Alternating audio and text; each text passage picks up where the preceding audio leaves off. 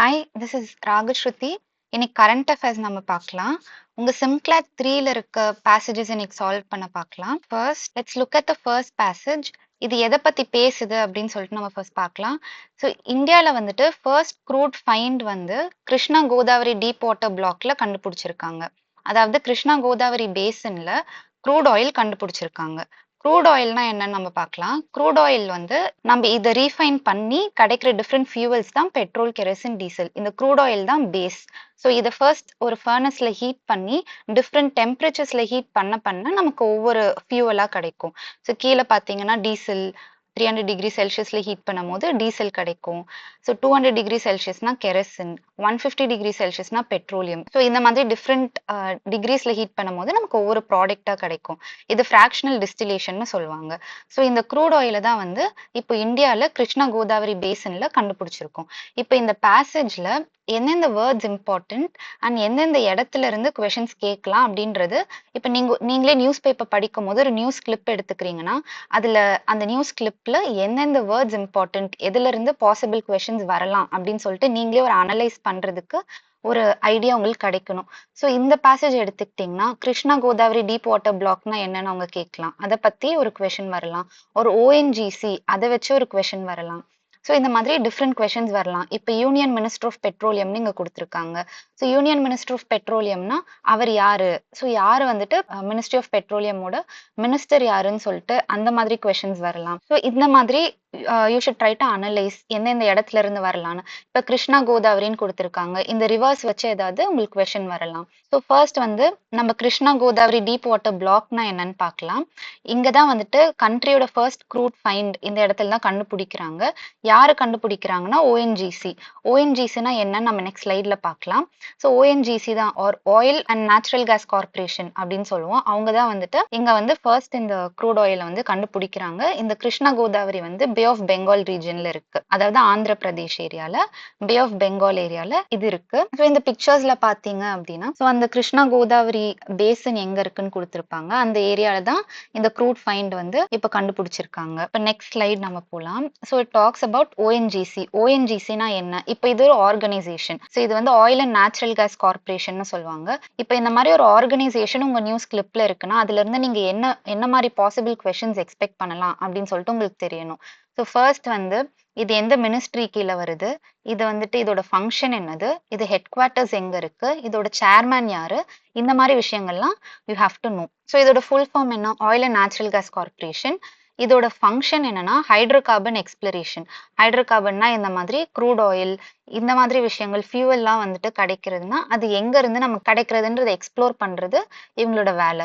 And இது 70% of India's total crude oil வந்து இதுதான் ஜென்ரேட் பண்ணுது. அண்ட் 60% ஆஃப் நேச்சுரல் கேஸ், இந்தியாவோட நேச்சுரல் கேஸும் இந்த ஓஎன்ஜிசி தான் எக்ஸ்ப்ளோர் பண்ணி ஜென்ரேட் பண்றாங்க. இந்த ஓஎன்ஜிசி எந்த மினிஸ்ட்ரி கீழே வரும்னு பாத்தீங்கன்னா ministry of petroleum and natural gas. Ministry of petroleum and natural கேஸோட மினிஸ்டர் யாருன்னா ஹர்தீப் சிங் பூரி. ஸோ இந்த மாதிரி ஒவ்வொரு கார்பரேஷன் வருது ஒரு ஆர்கனைசேஷன் வருது அப்படின்னா இந்த மாதிரி பாயிண்ட்ஸ்லாம் நீங்க கேதர் பண்ண ட்ரை பண்ணும். ஸோ எந்த மினிஸ்ட்ரி கீழே வருது நம்ம பார்த்தோம். ஸோ அதோட மினிஸ்டரும் பார்த்தோம். இதோட ஹெட் குவார்ட்டர்ஸ் எங்க இருக்குன்னா நியூ டெல்லியில இருக்கு.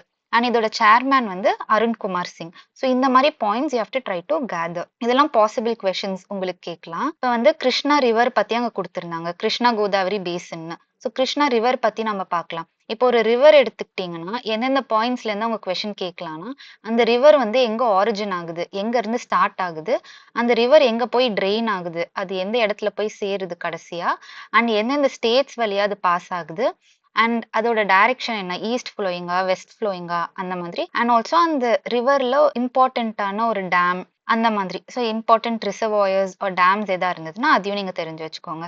இப்போ கிருஷ்ணா ரிவர் பத்தி நம்ம பார்க்கலாம். இதோட ஆரிஜின் வந்து Western Ghats. Western Ghats mountains இருக்கு இல்லையா, அங்க வந்து இது ஒரிஜினேட் ஆகுது. வெஸ்டர்ன் காட்ஸ்ல மகாராஷ்டிரால மகாபலேஸ்வர்னு ஒரு இடம் இருக்கு, அந்த இடத்துல இருந்து ஒரிஜின் ஆகுது.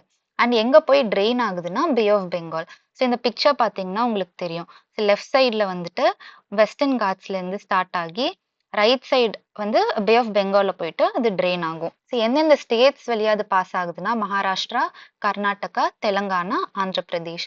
அண்ட் இந்த கிருஷ்ணா ரிவர் வந்து second biggest river in peninsular India. பெனின்சுலானா என்னது, 3 சைடு வாட்டரா இருக்கும் அண்ட் ஒரு சைடு வந்துட்டு it will be surrounded by land. So இந்தியாங்கிறது ஒரு peninsula. So 3 side water and மேல மட்டும் லேண்ட் இருக்கும். இந்தியன் ரீஜியன்ல பிக்கெஸ்ட் ரிவர்னு பாத்தீங்கன்னா அது கோதாவரி ரிவர். செகண்ட் பிக்கெஸ்ட் வந்துட்டு கிருஷ்ணா ரிவர். ஸோ இதோட டைரக்ஷன் வந்து ஈஸ்ட் ஃப்ளோயிங். இது லெஃப்ட்ல இருந்து ரைட் ஃப்ளோ ஆகும். பே ஆஃப் பெங்கால்ல போய் ட்ரெயின் ஆகும். ஸோ இதோட direction is east flowing river. இங்க இருக்க இம்பார்ட்டன்ட் டேம் ஆர் பிக்கெஸ்ட் டேம்னு பாத்தீங்கன்னா நாகார்ஜுனா சாகர் டேம். அது தெலங்கானால இருக்கு. So these are some points related to Krishna river. So இதோட ஆரிஜின் எங்க, ட்ரைனேஜ் எங்க, எந்தெந்த ஸ்டேட்ஸ் வழியா போகுது அண்ட் எந்த டைரக்ஷன் அண்ட் எந்த டேம் இம்பார்ட்டண்ட்டான டேம், இதெல்லாம் நீங்க தெரிஞ்சு வச்சுக்கணும். அடுத்து கோதாவரி ரிவர். கோதாவரி ரிவரோட ஆரிஜின் எங்கன்னு பாத்தீங்கன்னா இதுவும் வெஸ்டர்ன் காட்ஸ் தான். இது மகாராஷ்டிரால திரிம்பகேஸ்வர் அப்படின்னு சொல்லிட்டு ஒரு இடத்துல இருந்து ஆரிஜினேட் ஆகுது. இதுவும் ட்ரெயின் ஆகுறது பே ஆஃப் பெங்கால் ரீஜன்ல தான். ஸோ அந்த பிக்சர் பாத்தீங்கன்னா உங்களுக்கு தெரியும். ரைட் சைடு வந்து பே ஆஃப் பெங்கால்ல போயிட்டு அது ட்ரெயின் ஆகும். எந்தெந்த ஸ்டேட்ஸ் வழியா அது பாஸ் ஆகுதுன்னா மகாராஷ்டிரா, தெலங்கானா, ஆந்திர பிரதேஷ், சத்தீஸ்கர், ஒடிசா அண்ட் கொஞ்சம் போர்ஷன்ஸ் வந்து மத்திய பிரதேஷ் அண்ட் கர்நாடகா வழியாவும் போகுது. இது வந்து பெனின்சுலா ரிவர் சிஸ்டம்லயே largest river system Godavari river தான். அண்ட் இதோட டைரக்ஷன் வந்து east flowing. And cultural significance. So இங்க இம்பார்ட்டண்டா கும்பு மேளான்னு சொல்லிட்டு ஒரு ஃபெஸ்டிவல் நடக்கும். நம்ம அகோரிஸ்லாம் சொல்லுவோம் பார்த்திருக்கீங்களா, அவங்க எல்லாருமே வந்துட்டு இந்த கும்பு மேளா ஃபெஸ்டிவல் அப்போ இந்த கோதாவரி ரிவர்ல கேதர் ஆவாங்க. ஸோ இதுதான் இதோட cultural significance. So Godavari river பத்தி இப்போ நம்ம பார்த்தோம். நெக்ஸ்ட் வந்து will try to solve the questions. First question, where does the Krishna river begin its journey? So begin its ஜர்னினா என்னது, ஆரிஜின், எங்க ஆரிஜின் ஆகுது கிருஷ்ணா ரிவர் அப்படின்னு கேட்குறாங்க. ஸோ நம்ம கிருஷ்ணா ரிவர்ல நம்ம பார்த்தோம் இங்க ஆரிஜின் வந்து வெஸ்டர்ன் காட்ஸ்னு. So the answer is western Ghats. Who is the current minister of petroleum and natural gas in India? So இப்போ வந்து யார் வந்து பெட்ரோலியம் அண்ட் நேச்சுரல் கேஸோட மினிஸ்டர் இப்போன்னு கேட்குறாங்க. So the answer is Hardeep Singh puri.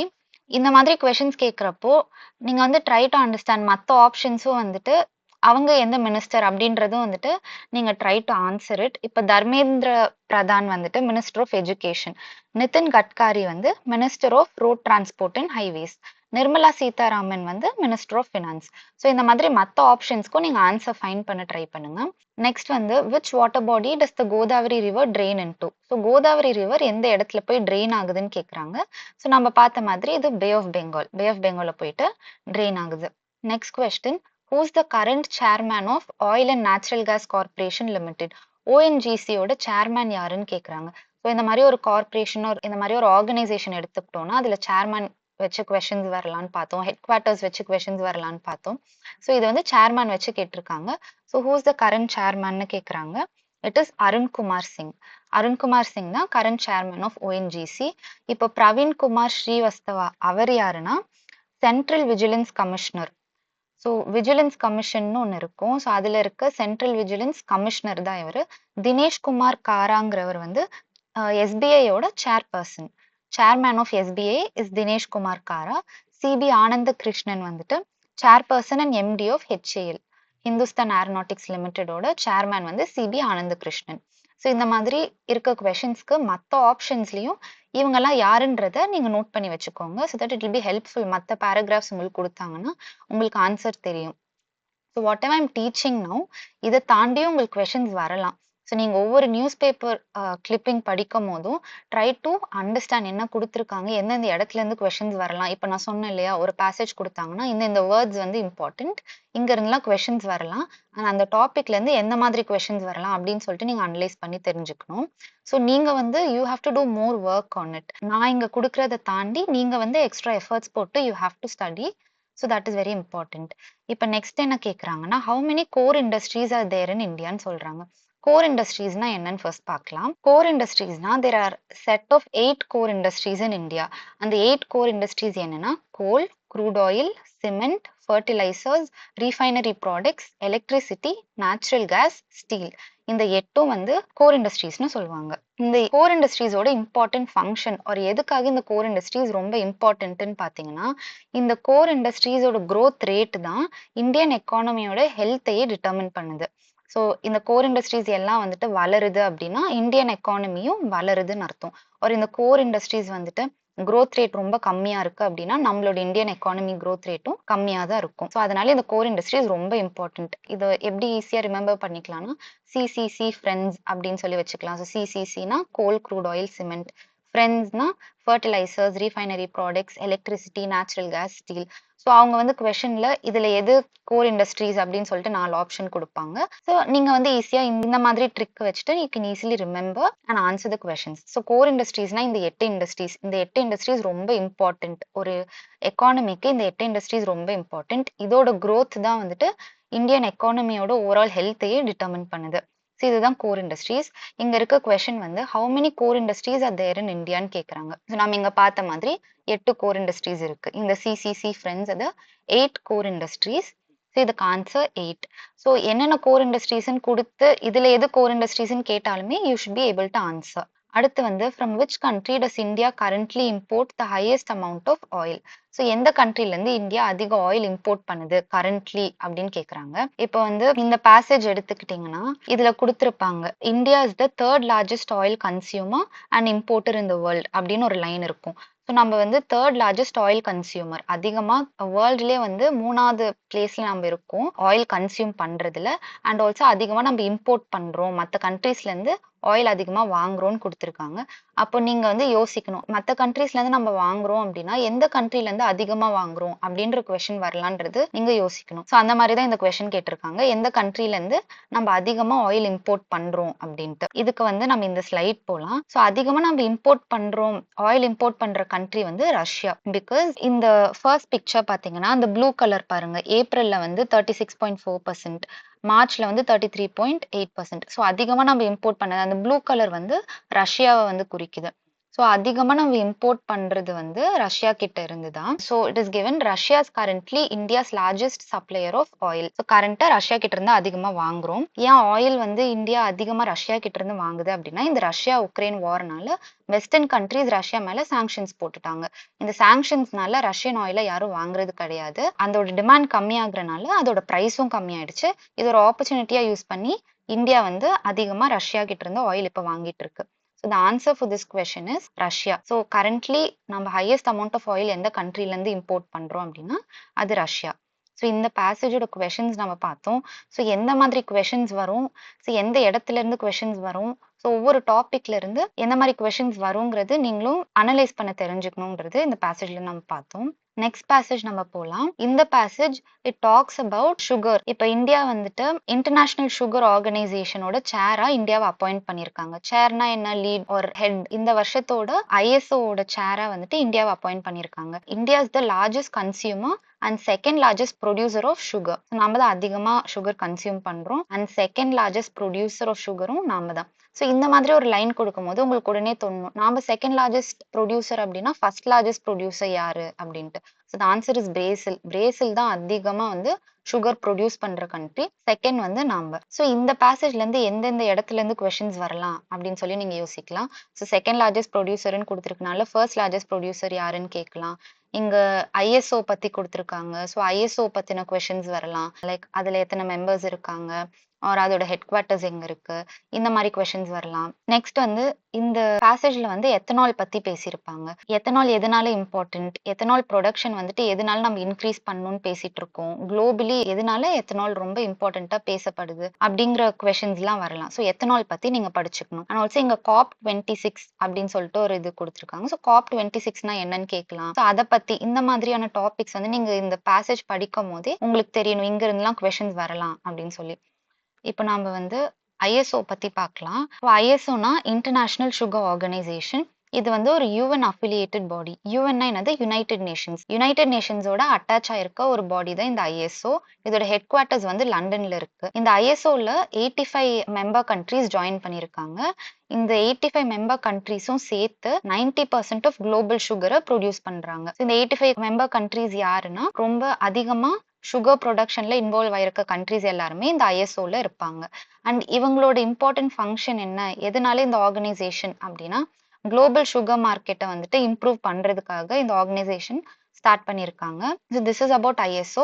So ஒரு ஆர்கனைசேஷன் கொடுத்தா அதோட ஹெட் குவார்ட்டர்ஸ் எங்க, அதுல எத்தனை மெம்பர்ஸ் இருக்காங்க, அதோட ஃபங்க்ஷன் என்ன, இது எல்லாமே உங்களுக்கு தெரியணும். நெக்ஸ்ட் வந்து எத்தனால் பத்தி நம்ம பேசணும். ஸோ எத்தனாலுக்கும் சுகர் கேனுக்கும், ஒரு சுகர் கேன் பத்தி வர பேசேஜ், ஒரு சுகர் பத்தி வர பேசேஜ்ல எத்தனால் எதனால இம்பார்ட்டன்ட், எத்தனால் பத்தி எதுக்காக கொடுத்துருக்காங்க அப்படின்னு நம்ம பார்க்கலாம். ஸோ எத்தனால்னா என்னன்னா it is basically alcohol. It is also called as ethyl alcohol. So இந்த எத்தனாலுங்கிறது ஒரு பயோஃபியூவல். ஸோ நேச்சுரலா ப்ரொடியூஸ் பண்ற ஒரு ஃபியூவல் இது. இது எப்படி ப்ரொடியூஸ் பண்றாங்கன்னா, சுகர ஃபெர்மென்ட் பண்ணுவாங்க. இப்போ ஃபெர்மென்டேஷன் அப்படின்னா, இந்த சுகர வந்துட்டு சின்ன சின்ன பார்ட்டிகிள்ஸா பிரேக் பண்ணுவாங்க. ஈஸ்ட் இருக்கு இல்லையா? ஈஸ்ட்ட வச்சு இந்த சுகர வந்து சின்ன சின்ன பார்ட்டிகிள்ஸா பிரேக் டவுன் பண்ணிட்டு அத ப்ராசஸ் பண்றது தான் எத்தனால்னு சொல்லுவாங்க. இந்த எத்தனால் வந்து it is high in oxygen content. ரொம்ப அதிகமா ஆக்ஸிஜன் கன்டென்ட் இதுல இருக்கு. ஸோ ஒரு இன்ஜின் வந்து பர்ன் ஆகணும் அப்படின்னா அதுக்கு ஆக்ஸிஜன் தேவை. ஸோ ஒரு ஃபயர் கம்பஸ்ட் ஆகணும் அப்படின்னாலே அதுக்கு ஆக்ஸிஜன் ரொம்ப முக்கியம். சிமிலர்லி இதே மாதிரி தான் இன்ஜினும் ஒர்க் ஆகும். ஸோ இன்ஜினை வந்து கம்பஸ்ட் பண்ணணும்னா அதுக்கு ஃபியூவல் வேணும். எப்படி கம்பஸ்ட் ஆகும்? ஆக்ஸிஜன் சப்ளை அதிகமா இருக்கணும். இந்த எத்தனால்ல ஆக்ஸிஜன் கண்டென்ட் ரொம்ப அதிகமா இருக்கு. ஸோ இதை வந்து நம்ம வந்து வெஹிக்கிள்ஸ்ல யூஸ் பண்ணலாம். ஸோ இது எப்படி இந்த எத்தனால் ப்ரொடியூஸ் பண்றாங்கன்னா, பேசிக்லி எதுல இருந்தெல்லாம் எத்தனால் ப்ரொடியூஸ் பண்ணலாம்னா சுகர் கேன்ல இருந்து. இப்போ சுகர் கேன்ல இருந்து வர ஜூஸ்ல இருந்து, சிரப்ல இருந்து, ஆர் வீட்ல இருந்து, அப்புறம் உடஞ்ச ரைஸ் இருக்கும் இல்லையா, புரோக்கன் ரைஸ், அதுல இருந்து. ஸோ இந்த புரோக்கன் ரைஸ்லாம் வந்துட்டு நம்ம பெருசா சாப்பிட்றதுக்கோ எதுக்கோ யூஸ் பண்ண மாட்டோம். இந்த புரோக்கன் ரைஸை எத்தனால் ப்ரொடக்ஷனுக்கு நம்ம அதிகமா யூஸ் பண்ணலாம். அண்ட் அதிகமா எத்தனால் வந்து ப்ரொடியூஸ் பண்ற கண்ட்ரீஸ் அப்படின்னா, ஃபர்ஸ்ட் ஹையஸ்ட் ப்ரொடியூசர் ஆஃப் எத்தனால்னு பாத்தீங்கன்னா அது யுஎஸ்ஏ. அதுக்கப்புறம் பிரேசில். எத்தனால்னா என்ன நம்ம பார்த்தோம். நெக்ஸ்ட் வந்து எத்தனால் பிளெண்டிங். எத்தனால் பிளெண்டிங்னா இந்த எத்தனால பெட்ரோலோட மிக்ஸ் பண்றது தான் எத்தனால் பிளெண்டிங்னு சொல்லுவாங்க. இந்த பிக்சர்ல கொடுத்துருக்காங்க பாருங்க, எப்படி எத்தனால வந்துட்டு ப்ரொடியூஸ் பண்றாங்க, ஒரு வெஹிக்கல்ல யூஸ் பண்ற ஃபியூவலா எப்படி ப்ரொடியூஸ் பண்றாங்கன்னு ஸ்டெப் பை ஸ்டெப்பா கொடுத்துருக்காங்க. ஃபர்ஸ்ட் சுகர் கேன் எடுத்துப்பாங்க, அதுக்கப்புறம் அதை ஃபெர்மெண்ட் பண்ணுவாங்க. ஃபெர்மெண்ட்னா break down of sugarcane into small particles using yeast. ஈஸ்ட்டை வச்சு குட்டி குட்டி பார்ட்டிகல்ஸை பிரேக் டவுன் பண்ணுவாங்க. அதுக்கப்புறம் அதை பியூரிஃபை பண்ணி எத்தனால நமக்கு கிடைக்கும். அந்த எத்தனால பெட்ரோலோட பிளெண்ட் பண்ணுவாங்க. பிளெண்ட்னா என்னது? மிக்ஸ். மிக்ஸ் பண்ணி அதை டிரான்ஸ்போர்ட் பண்ணி பெட்ரோல் ஸ்டேஷன்ஸ்க்கு அனுப்பிடுவாங்க. இங்க E10 அப்படின்னு போட்டிருக்கா, அப்ப எத்தனால் 10ன்னு அர்த்தம். அந்த வெஹிக்கல்ல பாத்தீங்கன்னா E10ன்னு போட்டிருக்கும். E10னா எத்தனால் 10%. ஸோ பெட்ரோலோட 10% எத்தனால் மிக்ஸ் பண்ணியிருக்கோம் அப்படிங்கிறது தான் அர்த்தம். ஸோ அதை பெட்ரோல் ஸ்டேஷன்ஸ்க்கு அனுப்பிடுவாங்க. ஸோ இதுதான் வந்து எத்தனால் பிளெண்டிங்னு சொல்லுவாங்க. எத்தனால வந்து பெட்ரோலோட ஒரு கேசலினோட மிக்ஸ் பண்றது தான் எத்தனால் பிளெண்டிங். இதோட பெனிஃபிட்ஸ் என்னன்னு பார்க்கலாம். எத்தனால் பிளெண்டிங் எதனால இவ்வளவு அதிகமா பேசப்படுது, எதனால வந்துட்டு கவர்மெண்ட் வந்து இதுக்கு புஷ் கொடுக்குது அப்படின்னா, இந்தியா வந்துட்டு 85% ஆஃப் இட்ஸ் ஆயில் ரிக்வயர்மெண்ட்ஸை இம்போர்ட் தான் பண்றோம். மற்ற கண்ட்ரீஸ்ல இருந்து நம்ம வாங்கிட்டு இருக்கோம் ஆயில. எத்தனால் பிளெண்டிங் பண்றனால பெட்ரோலியமோட டிபெண்டன்சி நமக்கு கம்மியாகும். ஸோ மற்ற கண்ட்ரீஸ்ல இருந்து நம்ம இந்த மாதிரி பெட்ரோல் அண்ட் க்ரூட் ஆயில்லாம் வாங்கிட்டு இருக்கோம். ஸோ அந்த டிபெண்டன்சி கம்மியாகும். ஸோ இதனால என்ன ஆகும்? இப்போ மற்ற கண்ட்ரீஸ்ல வார் வருது அப்படின்னா, ஒரு க்ரூட் ஆயில் ப்ரொடக்ஷனே கம்மியாகுது அப்படின்னா, அந்த இடத்துல நமக்கு அடி வாங்கும். நம்மளால இம்போர்ட் பண்ண முடியாது. இப்போ இம்போர்ட் பண்றனால இவ்வளோ ப்ராப்ளம்ஸ் இருக்கு. ஆனா இப்போ நம்ம வந்து எத்தனால் பிளெண்ட் பண்றோம் அப்படின்னா, அந்த ப்ராப்ளம் வந்து நமக்கு குறையும். அதிகமா வந்து நம்ம எத்தனால் யூஸ் பண்ணுவோம். பெட்ரோலோட இம்போர்ட் டிபெண்டன்சி கம்மியாகும். செகண்ட் பாத்தீங்கன்னா, இம்போர்ட் பண்றனால நம்ம பில்லியன்ஸ் ஆஃப் டாலர்ஸ்ல நம்ம இம்போர்ட் பண்றோம் பெட்ரோல். ஸோ இந்த இம்போர்ட் வந்துட்டு கம்மி ஆகுறனால நம்மளுக்கு பில்லியன்ஸ் ஆஃப் டாலர்ஸ் நம்ம சேவ் பண்ணலாம். தேர்ட் வந்து இது ஒரு லெஸ் பொல்யூட்டிங் ஃபியூவல். பெட்ரோலுங்கிறது அதிக கார்பன் கண்டென்ட் கொண்ட ஒரு ஃபியூவல்.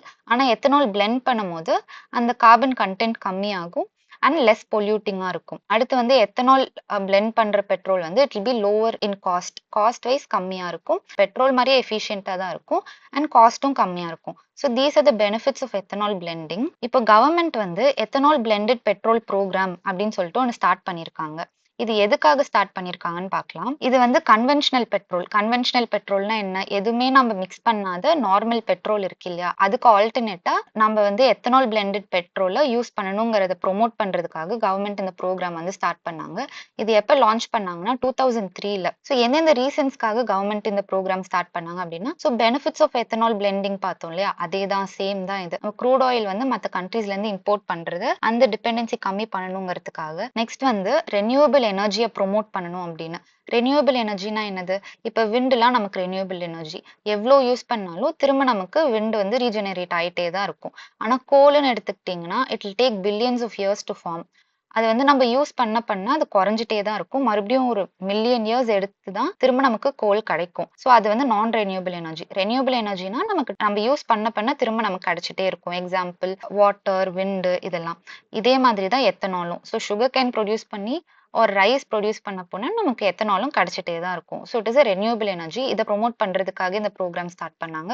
அண்ட் ஆல்சோ பொல்யூஷனையும் ரெடியூஸ் பண்றதுக்காக இது ஸ்டார்ட் பண்ணாங்க. ஸோ ஃபர்ஸ்ட் வந்துட்டு 5% எத்தனால் பிளெண்டிங் இருக்கணும்னு சொன்னாங்க. ஸோ 95% பெட்ரோல்னா 5% எத்தனால் யூஸ் பண்ணணும், மிக்ஸ் பண்ணணும் அப்படின்ட்டு. அதுக்கப்புறம் வந்துட்டு அது 10%ஆ மாத்தினாங்க. இப்போ வந்துட்டு 2018ல நேஷனல் பயோஃபியூவல்ஸ் பாலிசி அப்படின்னு சொல்லி ஸ்டார்ட் பண்ணி 20% ethanol blending. So next year 2025க்குள்ள 20% எத்தனால் பிளெண்டிங் நம்ம அச்சீவ் பண்ணணும் அப்படின்னு சொல்லி இந்த நேஷனல் பயோஃபியூவல்ஸ் பாலிசின்னு ஸ்டார்ட் பண்ணாங்க. ஸோ 20% எத்தனால் பிளெண்டிங்னா என்ன, 80% பெட்ரோல் இது பண்றாங்கன்னா 20% எத்தனால் வந்துட்டு ஆட் பண்ணணும் அப்படிங்கிறது தான் 20% எத்தனால் பிளெண்டிங். ஸோ நெக்ஸ்ட் இயர்க்குள்ள அதை அச்சீவ் பண்ணணும் அப்படின்னு வச்சிருக்காங்க. ஸோ இதுதான் இந்த எத்தனால் பிளெண்டட் பெட்ரோல் ப்ரோக்ராம் பத்தினது. நெக்ஸ்ட் வந்து ஒரு குட்டி சமரி மாதிரி எத்தனால் பிளெண்டிங்னா என்ன, அதோட எத்தனால் வச்சு நம்ம ஃபியூவல் ஸ்டேஷனுக்கு அனுப்புறத பத்தி அந்த குட்டி பிக்சர் இருக்கு. அண்ட் ஆல்சோ எத்தனால் பிளெண்டிங்னா என்னன்னு பார்க்கலாம். அதுதான் எத்தனால வந்து பெட்ரோலோட வந்து நம்ம பிளெண்ட் பண்றது ethanol blending. So national policy on biofuels அதோட டார்கெட் பார்த்தோம், 20% எத்தனால் பிளெண்டிங் அச்சீவ் பண்ணணும் 2025க்குள்ள அப்படின்ட்டு. இதோட சிக்னிஃபிகன்ஸ் என்னன்னா, இது லெஸ் பொல்யூட்டிங் ஃபியூவல், காஸ்ட்டும் கம்மி, எனர்ஜி செக்யூரிட்டி இருக்கும். ஸோ இந்த மாதிரி எல்லாம் இட் இஸ் சிக்னிஃபிகன்ஸ். பெனிஃபிட்ஸ்ன்னு பார்த்தீங்கன்னா, நமக்கு வருஷம் வருஷம் 20% எத்தனால் பிளெண்டிங்னால $4 பில்லியன் வந்து நம்ம சேவ் பண்ண முடியும். கவர்மெண்ட் வந்து $4 பில்லியன் ஒவ்வொரு வருஷமும் சேவ் பண்ண முடியும். அண்ட் ஆல்சோ CO2 எமிஷன்ஸ்லாம் ரெடியூஸ் பண்ணும், ஆயில் இம்போர்ட் கம்மி பண்ணும், க்ரூட் ஆயிலை வந்துட்டு ரீப்ளேஸ் பண்ணும், ஃபார்மர்ஸோட இன்கமையும் பூஸ்ட் பண்ணும். ஏன்னா அவங்க தான் சுகர் கேன் சப்ளை பண்றாங்க, அவங்களோட இன்கமையும் வந்துட்டு அது பூஸ்ட் பண்ணும். ஸோ இந்த மாதிரி நிறைய பெனிஃபிட்ஸ் இருக்கு. So these R the important points related to ethanol blending. இப்போ ஃபேர் அண்ட் ரெம்யூனரேட்டிவ் பிரைஸ்னா என்னன்னு பார்க்கலாம். FRPன்னு சொல்லுவாங்க. இப்போ FRPனா இது ஒவ்வொரு வருஷமும் கவர்மெண்ட் என்ன பண்ணும்னா இந்த FRP பிரைஸை வந்து ஃபிக்ஸ் பண்ணும். இது என்ன பிரைஸ்னா, இப்போ ஃபார்மர்ஸ் வந்து சுகர் கேன் ப்ரொடியூஸ் பண்ணுவாங்க, அந்த சுகர் கேனை விற்கிறதுக்கு சுகர் மில்ஸுக்கு போவாங்க இல்லையா, அந்த சுகர் மில்ஸுக்கு போயிட்டு அந்த சுகர் மில் ஓனர் இருப்பாங்கல்ல அவங்க கிட்ட ஃபார்மர்ஸ் விற்பாங்க. அந்த விற்கிற பிரைஸ் தான் FRPன்னு சொல்லுவாங்க. இந்த FRP பிரைஸை ஒவ்வொரு வருஷமுமே கவர்மெண்ட் ஃபிக்ஸ் பண்ணும். ஸோ இந்த FRP பிரைஸுக்கு கீழே அந்த மில் ஓனர் வந்து வாங்க முடியாது. அந்த FRP பிரைஸ் வச்சுதான் கண்டிப்பா அந்த மில் ஓனர் வாங்கணும். ஒரு அதுக்கு மேல கூட அந்த மில் ஓனர் வாங்கிக்கலாம். அது ஃபார்மரும் அந்த மில் ஓனரும் பேசிக்கிறது. பட் அந்த FRP பிரைஸுக்கு கீழே அவங்களால வாங்கவே முடியாது. இப்போ கவர்மெண்ட் வந்துட்டு 1 kg சுகர் கேன் வந்துட்டு 100 ரூபான்னு ஃபிக்ஸ் பண்ணியிருக்காங்கன்னா அந்த 100 ரூபாய் கண்டிப்பா அந்த மில் ஓனர் ஃபார்மருக்கு பே பண்ணணும். அது கீழே பே பண்ண முடியாது. இதுதான் அந்த FRPன்னு சொல்லுவாங்க. இப்போ வந்து இது எதுக்காக பண்றாங்கன்னா, அந்த ஃபார்மர் வந்து லாஸ்ல போயிடக்கூடாது, ஒரு ஃபார்மர்ஸை மில் ஓனர்ஸ் வந்து ஏமாத்திடக்கூடாது, அந்த ஃபார்மரோட செக்யூரிட்டிக்கு, இன்கம் செக்யூரிட்டிக்காக இந்த FRPன்றதை வந்து இன்ட்ரடியூஸ் பண்ணாங்க கவர்மெண்ட். ஸோ இது யாரு ஃபிக்ஸ் பண்ணுவா அப்படின்னா, cabinet committee on economic affairs. இவங்க தான் இந்த பிரைஸை ஃபிக்ஸ் பண்ணுவாங்க. இந்த பிரைஸ் வந்து ரெக்கமெண்ட் பண்றது யாருன்னா, commission for agricultural costs and prices. இவங்க தான் வந்துட்டு ரெக்கமெண்ட் பண்ணுவாங்க. இந்த CCEAக்கு இந்த CACP, அதாவது commission for agricultural costs and prices recommend பண்ணுவாங்க. இந்த CCEA வந்துட்டு ஃபிக்ஸ் பண்ணுவாங்க. ஓகே அப்படின்னு சொல்லிட்டு அவங்க ரிவ்யூ பண்ணி டிஸ்கஸ் பண்ணி இந்த காஸ்ட் வச்சுக்கலாம் அப்படின்னு சொல்லி FRP ஃபிக்ஸ் பண்ணுவாங்க. ஸோ இப்போ ஒரு ஃபார்மர் வந்து சுகர் கேன் மில்லுக்கு கொண்டு போய் கொடுக்குறாரு அப்படின்னா, அந்த மில் ஓனர் வந்து 14 டேஸ்க்குள்ள பேமெண்ட் பண்ணிடணும் அந்த ஃபார்மருக்கு. ஸோ அது மேண்டேட்ரி. அண்ட் இது ஒவ்வொரு வருஷமுமே கவர்மெண்ட் ஆஃப் இந்தியா அனௌன்ஸ் பண்ணும். சுகர் கேன் கிரஷிங் சீசனுக்கு முன்னாடி அனௌன்ஸ் பண்ணிடுவாங்க. So this is about FRP. FRPங்கிறது யார் ஃபிக்ஸ் பண்ணுவான்னு பார்த்தோம், யாரோட ரெக்கமெண்டேஷன்ல ஃபிக்ஸ் பண்ணுவாங்கன்னு பார்த்தோம், FRPனா என்னன்னு பார்த்தோம், எதுக்காகன்னு பார்த்தோம். So this is about FRP. இதே மாதிரி MSPன்னு இருக்கு, அது மினிமம் சப்போர்ட் பிரைஸ்னு சொல்லுவாங்க. அது எதுக்காகனா, அது வந்து ரைஸுக்கு, வீட்டுக்கு, மற்ற கிரெயின்ஸுக்குலாம் கவர்மெண்ட் ஃபிக்ஸ் பண்ற பிரைஸ். ஸோ அந்த பிரைஸுக்கு கீழே ஃபார்மர்ஸ்க்கு பே பண்ணக்கூடாது, கண்டிப்பா அந்த பிரைஸ் கொடுத்தே ஆகணும். அதுதான் MSP, மினிமம் சப்போர்ட் பிரைஸ். நம்ம COP26ன்னு நம்ம அதுல பார்த்தோம். ஸோ COP26னா என்னன்னு பார்க்கலாம். 26th conference of parties. காப்னா கான்ஃபரன்ஸ் ஆஃப் பார்ட்டிஸ். இது யார் ஆர்கனைஸ் பண்ணுவான்னா UNFCC. UNFCC வந்து யுனைடெட் நேஷன்ஸ் கீழே வர ஒரு விங்கு. ஃபுல் ஃபார்ம் வந்து United Nations framework convention on climate change. COP26 யார் ஹோஸ்ட் பண்ணாங்கன்னா, கிளாஸ்கோ, UK. UK ஹோஸ்ட் பண்ணுச்சு. கிளாஸ்கோ அப்படின்ற ஒரு இடத்துல தான் இதை ஹோஸ்ட் பண்ணாங்க. இதோட பிரைமரி ஃபோக்கஸ் அப்படின்னா, எதுக்காக இந்த COP26? ஒவ்வொரு வருஷமும் குளோபல் வார்மிங்னால டெம்பரேச்சர் அதிகமாயிட்டே இருக்கு. ஸோ அந்த அலார்மிங் இன்க்ரீஸ் இன் டெம்பரேச்சர் அதையும் அதோட கான்சிக்வன்ஸ் என்ன அப்படிங்கிறதையும் இதை வந்து உலகத்துக்கே தெரியப்படுத்தணும் அப்படிங்கிறதுக்காக இந்த COP26 வந்துட்டு பிரைமரி ஃபோக்கஸ்னா இதுதான் சொல்றாங்க. நெக்ஸ்ட் இந்த வருஷம் COP29 நடக்கும். COP29 ஹோஸ்ட் பண்றது Azerbaijan. This is about COP26. COP26 ஓட 4 key goals என்னன்னு பார்த்தீங்கன்னா, net zero carbon emissions 2050க்குள்ள நெட் ஜீரோ கார்பன் எமிஷன் இருக்கணும் அப்படின்ட்டு. நெட் ஜீரோ கார்பன் எமிஷன்னா என்னது? ஸோ வெஹிக்கிள்ஸ்ல இருந்து வர கார்பன், ஒரு இண்டஸ்ட்ரீஸ்ல இருந்து நிறைய கார்பன் வந்து பொல்யூட் ஆகுது இல்லையா? இந்த பொல்யூஷன்னால குளோபல் வார்மிங் நடக்குது. ஸோ அட்மாஸ்பியர் ஹாட் ஆக ஆரம்பிக்குது அண்ட் டெம்பரேச்சரும் வந்துட்டு ரொம்ப அதிகமாக ஆரம்பிக்குது. நெட் ஜீரோ கார்பன் எமிஷன்னா இப்போ வந்து எலக்ட்ரிக் வெஹிக்கிள்ஸ் வருது அண்ட் இப்போ நம்ம வந்து எத்தனால் பிளெண்டிங் பார்த்தோம். ஸோ இந்த மாதிரி வச்சு கார்பன் எமிஷன் கம்மி பண்றது, பொல்யூஷனை கம்மி பண்றது. பொல்யூஷன் கம்மி பண்றாங்கனாலே அட்மாஸ்பியர் என்ன ஆகும்? கூல் டவுன் ஆகும். ஸோ குளோபல் வார்மிங் குறையும். குறையறனால அட்மாஸ்பியரிக் டெம்பரேச்சரும் கம்மியாகும். ஆனா வந்துட்டு கார்பன் எமிஷனை கம்ப்ளீட்டா நம்ம ஜீரோ ஆக முடியும் அப்படின்னு சொல்ல முடியாது. கண்டிப்பா ஏதோ இண்டஸ்ட்ரீஸ்ல இருந்து கண்டிப்பா பொல்யூஷன் வரும் அண்ட் வெஹிக்கிள்ஸ்ல இருந்து வரும். ஆனா அதுல இருந்து எமிட் ஆகுற கார்பனை பிளான்ஸ் அப்சர்வ் பண்ணிக்கும் அதோட யூஸ்க்கு. ஸோ பிளான்ஸ் அப்சர்வ் பண்ணிக்கிறனால அட்மாஸ்பியர்ல கார்பனே வந்துட்டு ஜீரோ ஆயிடும். ஸோ அதுதான் நெட் ஜீரோ கார்பன் எமிஷன்னு சொல்லுவாங்க. அதை வந்துட்டு 2050க்குள்ள அச்சீவ் பண்ணணும்னு சொல்றாங்க. அண்ட் ஆல்சோ குளோபல் டெம்பரேச்சரை வந்து 1.5°C வச்சுக்கணும். அதுக்கு மேல போகக்கூடாது. அதுக்கு மேல போனா வந்துட்டு குளோபல் வார்மிங் நடக்கும். ஸோ 1.5°C நம்ம வச்சுக்கணும் அப்படிங்கிறது தான் ஃபர்ஸ்ட் கீ கோல். செகண்ட் வந்து ஈகோசிஸ்டம், ஹேபிடாட்ஸ் இது எல்லாத்தையும் ப்ரொடெக்ட் பண்ணணும். கிளைமேட் சேஞ்ச் நடந்துட்டு இருக்கு. ஸோ மரம் வெட்டுறது, டிஃபாரஸ்டேஷன் அது எதுவும் நடக்கக்கூடாது. இது எல்லாத்தையும் நம்ம ப்ரொடெக்ட் பண்ணணுங்கிறது. தேர்ட் வந்து இந்த கிளைமேட் சேஞ்சை வந்து டேக்கிள் பண்றதுக்கு ஃபினான்ஸ் வந்து எல்லா கண்ட்ரீஸும் கான்ட்ரிபியூட் பண்ணணும். எல்லா கண்ட்ரீஸ்னா டெவலப்ட் நேஷன்ஸ் இருக்காங்க இல்லையா, அவங்க எல்லாம் கான்ட்ரிபியூட் பண்ணணும். ஃபோர்த் வந்து எல்லா கண்ட்ரீஸும் லைக் குளோபல் லெவல்ல எல்லா கண்ட்ரீஸும் கொலாபரேட் பண்ணி நம்ம வந்து இந்த கிளைமேட் சேஞ்சை ஸ்டாப் பண்ணணும் ஆர் டேக்கிள் பண்ணணும் அப்படிங்கிறது தான் இந்த 4 கீ கோல்ஸா COP26ல சொல்றாங்க. இப்போ நம்ம கொஸ்டின்ஸ் ஆன்சர் பண்ண பார்க்கலாம். As of February 2024, who is the Minister of Consumer Affairs, Food and Public Distribution in India? So இது வந்துட்டு யார் வந்து மினிஸ்டர் ஆஃப் கன்சியூமர் அஃபேர்ஸ்ன்னு கேட்குறாங்க. ஸோ அதுக்கு 4 ஆப்ஷன்ஸ் கொடுத்துட்டாங்க. இது நீங்க சால்வ் பண்ண ட்ரை பண்ணுங்க. ஸோ யார் வந்து மினிஸ்டர்ன்னு பாருங்க அண்ட் மீதி 3 ஆப்ஷன் இவங்களும் வந்து எந்த மினிஸ்டர்ஸ் அப்படின்றது நீங்க ரெஃபர் பண்ணி இது மட்டும் நீங்க சால்வ் பண்ண பாருங்க. பிகாஸ் இதே மாதிரி சிமிலர் கொஸ்டின் நம்ம போன பேசேஜ்ல நம்ம பார்த்தோம். Next question, where is the head quarters of international sugar organisation? So ஐஎஸ்ஓட ஹெட் குவார்ட்டர்ஸ் எங்க இருக்கு அப்படின்றது நம்ம இங்க பார்த்தோம். ஐஎஸ்ஓட ஹெட் குவார்ட்டர்ஸ் லண்டன்ல இருக்கு. இப்போ ஒரு ஆர்கனைசேஷன் கொடுக்குறாங்க அப்படின்னா அதுல இருந்து எந்தெந்த மாதிரி கொஸ்டின்ஸ் வருங்கிறது நீங்க தெரிஞ்சுக்கணும். ஸோ ஹெட் குவார்ட்டர்ஸ் வச்சு, சேர்மேன் வச்சு, எவ்வளோ மெம்பர் கண்ட்ரிஸ் இருக்காங்க, இதெல்லாம் நம்ம அப்பவே பார்த்தோம். ஸோ இங்க ஹெட் குவார்ட்டர்ஸ் வச்ச கொஸ்டின்ஸ் கேட்டிருக்காங்க. அடுத்த question, fair and remunerative price for sugar cane in India is fixed based on the recommendations of. FRP வந்து யாரோட ரெக்கமெண்டேஷன்ஸ் பேஸ் பண்ணி ஃபிக்ஸ் பண்றாங்க அப்படின்னு கேட்டிருக்காங்க. ஸோ நம்ம எஃப்ஆர்பி படிக்கும் போது இது யாரு ஃபிக்ஸ் பண்றாங்க அண்ட் யாரோட ரெக்கமெண்டேஷன் வச்சு அப்படின்னு பார்த்தோம். ஸோ யாரு ஃபிக்ஸ் பண்றாங்கன்னா cabinet committee on economic affairs. யாரோட ரெக்கமெண்டேஷன் வச்சுன்னா commission for agricultural costs and prices. So இதுதான் answer. Next question, by which year does India aim to achieve 20% ethanol blended petrol target? So 20% ethanol blended petrol வந்துட்டு எந்த வருஷத்துக்குள்ள நம்ம achieve பண்ணணும் அப்படின்னு சொல்லி கேட்குறாங்க. ஸோ நம்ம அதையும் இங்க பார்த்தோம். எத்தனால் blended petrol ப்ரோக்ராம் கீழே நேஷனல் பயோஃபியூவல்ஸ் பாலிசி படி 20% எத்தனால் பிளெண்டிங் நெக்ஸ்ட் இயர் அதாவது 2025க்குள்ள அச்சீவ் பண்ணணும் அப்படின்னு சொல்லி கவர்மெண்ட் ஆஃப் இந்தியா ஒரு டார்கெட் ஃபிக்ஸ் பண்ணியிருக்கு. So the answer is 2025. What is the term ethanol blending indicate? So ethanol பிளெண்டிங்னா என்னன்னு கேட்குறாங்க. நம்ம எத்தனால் பிளெண்டிங்னா என்னன்னு பார்த்தோம். எத்தனால பெட்ரோல் கூட மிக்ஸ் பண்ணுறது தான் எத்தனால் பிளெண்டிங். ஸோ இதோட ஆன்சர் பார்த்தீங்கன்னா combining ethanol with traditional fossil fuels. So traditional fossil ஃபியூவல்ஸ்னு கொடுத்தோன்னே நீங்கள் கன்ஃபியூஸ் ஆகக்கூடாது. ஃபாசில் ஃபியூவல்ஸ்னா என்ன? கோல்ல இருந்து எக்ஸ்ட்ராக்ட் பண்றது தான், அதுல இருந்து வரது தான் பெட்ரோல். ஸோ ட்ரெடிஷ்னல் ஃபாசில் ஃபியூவல்ஸ்னா பெட்ரோல் தான் மீன் பண்றாங்க. ஸோ எத்தனால பெட்ரோலோட கம்பைன் பண்றது தான் ethanol blending. So the answer is B. Where was the 26th session of the Conference of the Parties, COP26, to the United Nations Framework Convention on Climate Change held? இது பேசிக்கா இவ்வளோ பெரிய கொஸ்டினா தெரியும். ஆனா என்ன கேட்குறாங்க, COP26 எந்த இடத்துல நடந்தது அப்படின்னு கேட்குறாங்க. ஸோ நம்ம பார்த்தோம் கிளாஸ்கோ யூகேல தான் COP26 நடந்தது. So the answer is C. இப்போ நம்ம நெக்ஸ்ட் பேசேஜ் போகலாம். இந்த பேசேஜ் வந்து it talks about MOU between Italy and China. MOUனா என்னன்னா மெமராண்டம் ஆஃப் அண்டர்ஸ்டாண்டிங். இட்டலியும் சைனாவும் ஒரு அக்ரிமெண்ட் சைன் பண்ணியிருப்பாங்க. ஒரு ஃபார்மல் டாக்குமெண்ட் மூலியமா ஒரு அக்ரிமெண்ட் சைன் பண்ணியிருப்பாங்க. அதுதான் எம்ஓயூன்னு சொல்லுவாங்க. ஸோ இது எதுக்காக அது சைன் பண்ணாங்க?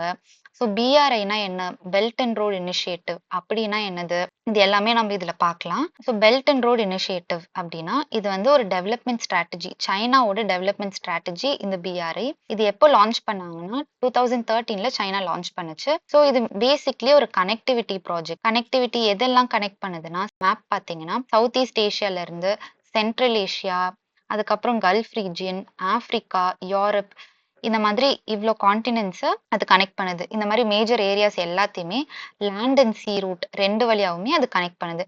சைனால இருந்து ஃபுல்லா அங்க யூரோப் வரைக்கும் ஃபுல்லாவே லேண்ட் அண்ட் சீ ரூட்ஸ் வழியா கனெக்ட் பண்ணுது. அந்த எல்லோ லைன் வந்து லேண்ட் ரூட், இந்த ரெட் லைன் பாத்தீங்கன்னா அது சீ ரூட். இது வந்து ஃபர்ஸ்ட் எப்படி சொன்னாங்கன்னா ஒன் பெல்ட் ஒன் ரோட் அப்படின்னு சொல்லிட்டு சொன்னாங்க. இப்போ வந்து பெல்ட் அண்ட் ரோட் இனிஷியேட்டிவ்னு பேர் மாத்திருக்காங்க. இதோட மெயின் ஆப்ஜெக்டிவ் என்ன, எய்ம் என்னன்னா இன்டர்நேஷனல் கனெக்டிவிட்டியை வந்து அதிகப்படுத்தணும், பூஸ்ட் பண்ணணும் அப்படின்னு சொல்லிட்டு பேசிக்லி இன்ஃப்ராஸ்ட்ரக்சர், ரோட்ஸ் கன்ஸ்ட்ரக்ட் பண்றது, இந்த மாதிரி ட்ரேட் இம்ப்ரூவ் பண்றது, எக்கனாமிக் கோஆபரேஷன், டிஃப்ரெண்ட் கண்ட்ரீஸ்குள்ள ட்ரேடை வந்துட்டு பூஸ்ட் பண்றது, இதுதான் இதோட மெயின் ஆப்ஜெக்டிவ். ஸோ இது வந்துட்டு சைனா எடுத்துட்டு பண்ற ஒரு டெவலப்மெண்ட் ஸ்ட்ராட்டஜி. லான்ச் பண்ணது 2013. இப்ப பிஆர்ஐ வந்து இந்தியா சப்போர்ட் பண்ணுதா இல்லையான்னு நம்ம பார்க்கலாம். இந்தியா வந்து இந்த ப்ராஜெக்டை அப்போஸ் பண்ணுது. எதனால அப்போஸ் பண்ணுதுன்னு பார்க்கலாம். ஸோ பிஆர்ஐ கீழே நிறைய ப்ராஜெக்ட்ஸ் இருக்கும், நிறைய கனெக்டிவிட்டி ப்ராஜெக்ட்ஸ் இருக்கும். அதுல ஒரு கனெக்டிவிட்டி ப்ராஜெக்ட் தான் China Pakistan economic corridor. So சைனாவையும் பாகிஸ்தானையும் கனெக்ட் பண்ற ஒரு ரூட் தான் இந்த சைனா பாகிஸ்தான் எக்கனாமிக் காரிடார், சிபிஇசின்னு சொல்லுவாங்க. ஸோ அந்த மேப் பார்த்தீங்கன்னா உங்களுக்கு தெரியும், சைனால இருந்து பாகிஸ்தான் வரைக்கும் அந்த ரெட் கலர் லைன் வரும். அதுதான் அந்த கனெக்டிவிட்டி ரூட், குவாடார் வரைக்கும் கனெக்ட் பண்ணுது. அந்த ரூட் பார்த்தீங்கன்னா பிஓகேன்னு ஒரு ஏரியா வழியா கிராஸ் ஆகும். அந்த பிஓகே தான் வந்து பாகிஸ்தான் ஆக்குபைட் காஷ்மீர். அந்த ஏரியா வந்து பாகிஸ்தான் ஆக்குபை பண்ணி வச்சிருக்கு. ஆனா அந்த ஏரியா இந்தியா வந்துட்டு என்ன சொல்லுதுன்னா அது எங்களோட ஏரியான்னு இந்தியா கிளைம் பண்ணுது. ஆனா அது பாகிஸ்தான் இப்போ புடிச்சு வச்சிருக்கு. சோ இந்த வழியா தான் சைனா வந்து அந்த ரூட் பாகிஸ்தான் வரைக்கும் they have developed that route. Corridor அப்படின்னா பேசிக்லி ரூட். இந்த பாகிஸ்தான் ஆக்குபைட் காஷ்மீர் வழியா தான் இந்த சிபிஇசி காரிடார் போகுது. ஸோ இந்தியா என்ன சொல்லுதுன்னா எங்களோட சாவரனிட்டி ஆர் எங்க கண்ட்ரி வழியா இந்த ரூட் பாஸ் ஆகுது. ஸோ இந்தியா வந்துட்டு இந்த பிஆர்ஐ ப்ராஜெக்ட்க்கு எகெயின்ஸ்டா இருக்கு. Next debt trap. டெட் ட்ராப்ட்னு சொல்லிட்டு சைனா வந்து ஒரு டிப்ளமசி ஃபாலோ பண்ணுது. டெட் ட்ராப்ட் அப்படின்னா சைனா என்ன பண்ணுதுன்னா நிறைய கண்ட்ரீஸ்க்கு மணி லெண்ட் பண்ணுது. மணி லெண்டிங் லைக் லோனா கொடுக்கும். எக்ஸாம்பிள் ஸ்ரீலங்கா, ஜாம்பியா இந்த மாதிரி கண்ட்ரீஸ்க்கு சைனா லோன் பண்ணுது. ஸோ இந்த கண்ட்ரீஸ் என்ன பண்ண முடியல, திருப்பி அந்த லோனை வந்து திருப்பி அடைக்க முடியல. அடைக்க முடியாதனால இம்பார்ட்டண்ட்டான இடத்தெல்லாம் வந்துட்டு சைனாக்கு ஸ்ட்ராட்டஜிக் அசெட்ஸ், இம்பார்ட்டண்ட்டான இடம் எல்லாத்தையும் சைனாக்கு கொடுத்துட்றாங்க. ஃபார் எக்ஸாம்பிள் சைனா வந்து ஸ்ரீலங்காக்கு ஒரு அமௌண்ட் லோனா கொடுத்துச்சு. ஆனா ஸ்ரீலங்காவால அதை திருப்பி ரீபே பண்ண முடியல. அதனால ஸ்ரீலங்கா ஹம்பன்டோட்டா போர்ட்னு சொல்லிட்டு ஒரு போர்ட்டை சைனாக்கு லீஸ்க்கு கொடுத்துருச்சு. 99 இயர்ஸ்க்கு லீஸ்க்கு கொடுத்துருச்சு. ஸோ இந்த மாதிரி நிறைய கண்ட்ரீஸ்ல இருக்க இம்பார்ட்டண்ட்டான இடத்த சைனா இந்த மாதிரி சீஸ் பண்ணிக்குது. இதுதான் வந்து டெட் ட்ராப்னு சொல்றாங்க. டெட்னா என்னது, லோன் கொடுத்து ரீபே பண்ண முடியாதுதான் டெட். ட்ராப்னா வந்துட்டு இந்த மாதிரி மாட்டிக்கிறது தான் டெட் ட்ராப்னு சொல்றாங்க. இப்போ G7 கண்ட்ரீஸ், G7 கண்ட்ரீஸ்னா group of 7 most advanced economies தான் வந்து G7ன்னு சொல்லுவாங்க. ஸோ உலகத்திலே வந்து அட்வான்ஸா இருக்க எக்கானமிஸ் எல்லாத்தையும் சேர்த்து G7ன்னு ஒரு குரூப் ஃபார்ம் பண்ணியிருப்பாங்க. ஸோ இம்பார்ட்டண்ட்டான பாலிசி ஏரியாஸ்ல வந்துட்டு எக்கனாமியா இருக்கட்டும், ட்ரேடா இருக்கட்டும், கிளைமேட் சேஞ்சா இருக்கட்டும், இந்த மாதிரி ஏரியாஸ்லாம் இவங்க டிசிஷன்ஸ் மேக் பண்ணுவாங்க. ஆனா இந்த டிசிஷன்ஸ் மற்ற கண்ட்ரீஸ்க்கு வந்து லீகலி கண்டிப்பா அவங்க ஃபாலோ பண்ணணும்னு கிடையாது. ஆனா வந்துட்டு இது வந்து பொலிட்டிக்கலி இம்பார்ட்டன்ட் இம்பாக்ட் கிரியேட் பண்ற டிசிஷன்ஸா இருக்கும். இப்போ நம்ம MoU between China and idli பார்த்தோம் பிஆர்ஐல. ஸோ இட்டலி மட்டும்தான் G7 கண்ட்ரீஸ்ல. ஸோ நம்ம G7 கண்ட்ரீஸ் என்னன்னு பார்க்கலாம். First United States, Canada, Japan, France, Italy, Germany, UK, இதோட சேர்த்து யூரோப்பியன் யூனியன், இவங்க எல்லாம் சேர்ந்து தான் G7 நேஷன்ஸ்னு சொல்லுவாங்க. ஸோ இந்த G7 கண்ட்ரீஸ்லயே இட்டலி மட்டும்தான் வந்துட்டு பிஆர்ஐ சைன் பண்ணுச்சு 2019ல. ஸோ மற்ற எந்த கண்ட்ரீஸ்மே சைன் பண்ணல. ஆனா இப்போ வந்து இட்டலியுமே சர்டன் ரீசன்ஸ்னால வித்ட்ரா பண்ணிடுச்சு பிஆர்ஐல இருந்து. ஸோ திஸ் இஸ் அபவுட் G7னா என்னன்னு பார்த்தோம். அந்த G7 கண்ட்ரீஸ்ல இட்டலி மட்டும்தான் இந்த பிஆர்ஐ சைன் பண்ணுச்சுன்னு பார்த்தோம். அண்ட் இப்போ அதுவும் வித்ட்ரா பண்ணிருச்சு. அந்த வித்ட்ரா பண்ணது தான் அந்த பேசேஜ்ல கொடுத்துருக்காங்க நியூஸ் கிளிப்பா. Let's look at the questions now. Which G7 member formally joined the Belt and Road Initiative? So BRI இனிஷியேட்டிவை எந்த G7 மெம்பர் வந்து ஜாயின் பண்ணாங்கன்னு கேட்குறாங்க. நம்ம பார்த்த மாதிரி இட்டலி மட்டும்தான் ஜாயின் பண்ணுச்சு, மற்ற எந்த கண்ட்ரீஸுமே ஜாயின் பண்ணல. So only 3 is the answer. In which year was the Belt and Road Initiative officially launched? So PRI எந்த இயர்ல வந்து லான்ச் பண்ணாங்கன்னு கேட்குறாங்க. நம்ம பார்த்த மாதிரி 2013ல இது லான்ச் பண்ணாங்க. So China launched BRI in 2013. Who is the current president of Italy? யார் கரண்ட் பிரசிடென்ட்னா சர்கியோ மேட்டரெல்லா. இவங்க தான் வந்து கரண்ட் பிரசிடென்ட். ஸோ மற்றவங்கலாம் யாருன்றது நீங்க ரெஃபர் பண்ணி பாருங்க. மற்ற ஆப்ஷன்ஸ்ல இருக்காங்க எல்லாருமே. மற்ற 3 questions like you try to solve it. இது எந்த மாதிரி சால்வ் பண்ணலாம்னு பாருங்க. நம்ம மற்ற 2 பேசேஜ் சால்வ் பண்ண மாதிரி தான் சேம் இது. So try to solve the other 3 questions by one. So இன்னைக்கு வந்து சிம்கிளாட் 3ல இருக்க 3 பேசேஜஸ் பார்த்தோம். ஸோ எப்படி வந்து கொஷின்ஸ் ஒரு நியூஸ் கிளிப் எடுத்தா அதுல இருந்து எந்த மாதிரி இடத்துல இருந்து கொஷின்ஸ் வரலாம், எந்த டாபிக்ஸ்ல இருந்து கொஷின்ஸ் வரலாம்னு பார்த்தோம். This is for today. Thank you so much.